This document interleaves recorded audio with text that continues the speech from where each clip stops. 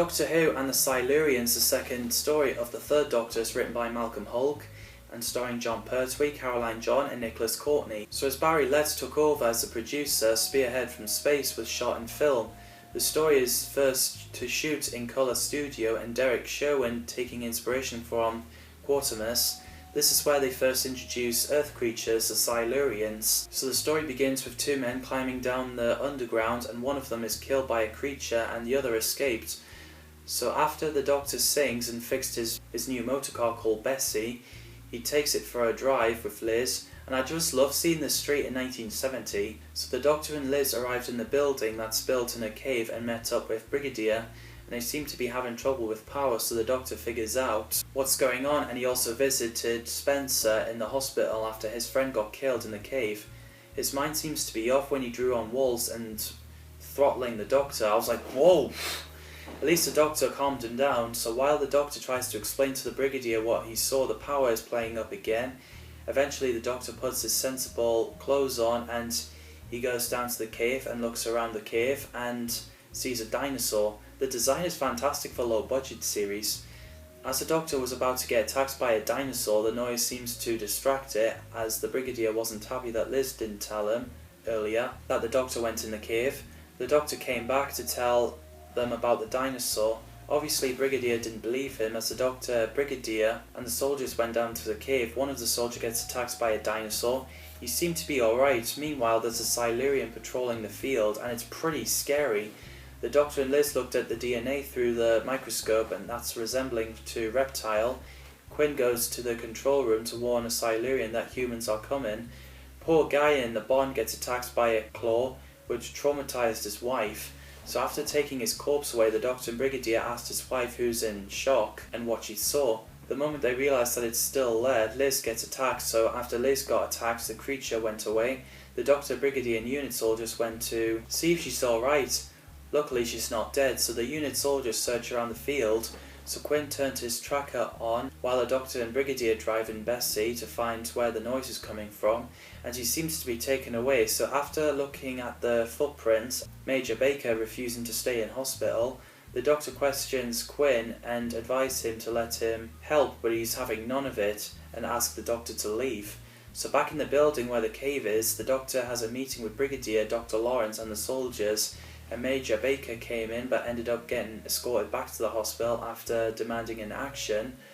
So later on the Doctor finds Quinn's dead body and there's a Silurian coming behind him. Hello. Are you a Silurian? So the Doctor offers Silurian help but it went away. So later Major Baker tricks Sergeant to knock him out by getting him to take his jacket off. So Sergeant gets in trouble by Brigadier that he should be prepared. So Major Baker goes into the cave and gets captured by a Silurian. So the Doctor plans to investigate the cave and Liz wanted to go with him, so she did. The Doctor found a clever way to open the metal door and found Major Baker in the cave, who tells him that Silurian kept questioning him about the Earth. I think Jon Pertwee as the third Doctor is brilliant. I love the action hero vibes in him.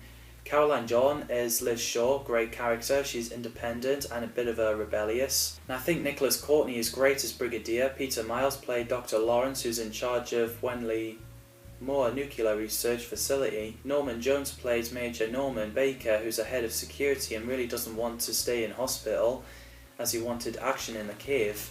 Fulton Mackay played John Quinn, who's a deputy and made a contact to Silurian and wants to keep it to himself, but eventually gets killed. Thomasine Heiner played Phyllis Dawson, who's Quinn's assistant at the Whonley Moore Nuclear Research Facility. Paul Darrow is Captain Sam Hawkins, a unit officer. Jeffrey Palmer played Edward Masters, who's Paramount Under Secretary.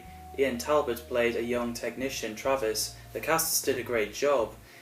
And I do love the design of Silurians. I thought they're pretty cool. Just like the Sea Devils, they're the reptile prehistoric race who lived on Earth before humans did, and they want it back because it's their planet. Carrie Blyton does a great music, the atmosphere fits in well. So the Doctor and Liz left Major Baker for a bit and they met a dinosaur. So while Travers is dealing with Cyclotron, the Doctor and Liz walks into Dr. Lawrence and Masters meeting, wanting to speak to Brigadier, and he made it just in time. Masters doesn't believe that there's anyone in the caves, Brigadier needed more evidence. The Doctor thought it would be best to make contacts with them on his own, so he did and gets locked up in the cage and about to be killed by Silurians. So a Silurian leader stopped him and a couple of Silurians were arguing. Brigadier and his soldiers patrolled in the cave. Liz tells Masters and Miss Dawson that the Doctor met up with Silurians and obviously wasn't happy about it. The Doctor gets Silurian leader to agree to share the planet with humans, but young Silurian came and said it's their planet. Decided that it is possible for the two species to live together on this planet. This planet is ours! As soon as Major Baker got free, he has a fight with Silurians and got away. Brigadier came back in a terrible state as he's lost a lot of his men. Major Baker seems to be infected with virus. Because a lot of Silurians are refusing to share the planet with humans, the Doctor has to make a cure for the disease. So the Doctor came back and warned everyone to keep away from Major Baker. He ended up getting taken to hospital, and Liz tried to tell him not to take him there, but they didn't listen, so the Doctor and Brigadier drove up to hospital and find Major Baker died. Sadly, Silurian and Sergeant Hart gets killed by Silurians. While the Doctor is working on the cure, there was quite a few people in the street got infected, and Brigadier must be frustrated speaking to a couple of telephones at once. It reminds me of 1960s Spider-Man cartoon series where J. Jonah Jameson was holding 4 receivers. So after Liz gets asked to leave the Doctor alone, she went to Brigadier and Dr. Lawrence, who got infected and throttled a Brigadier and sadly died. So the Silurians broke into the lab where the Doctor is and stung him.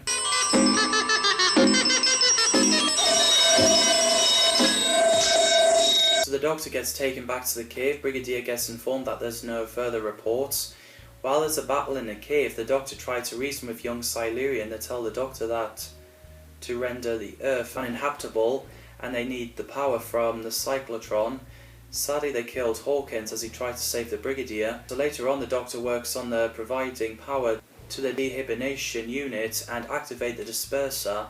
As the Silurian are distracted and in the base, the Doctor and Liz drove up the field and there was few explosions. Sadly, Brigadier committed genocide and killed all Silurians. Intelligent alien beings. A whole race of them. He's just wiped them out. So yeah, this is a great story. It has great atmosphere. What did you think of this story? Let me know in the comments down below. As always, thanks for watching and see you in the next video.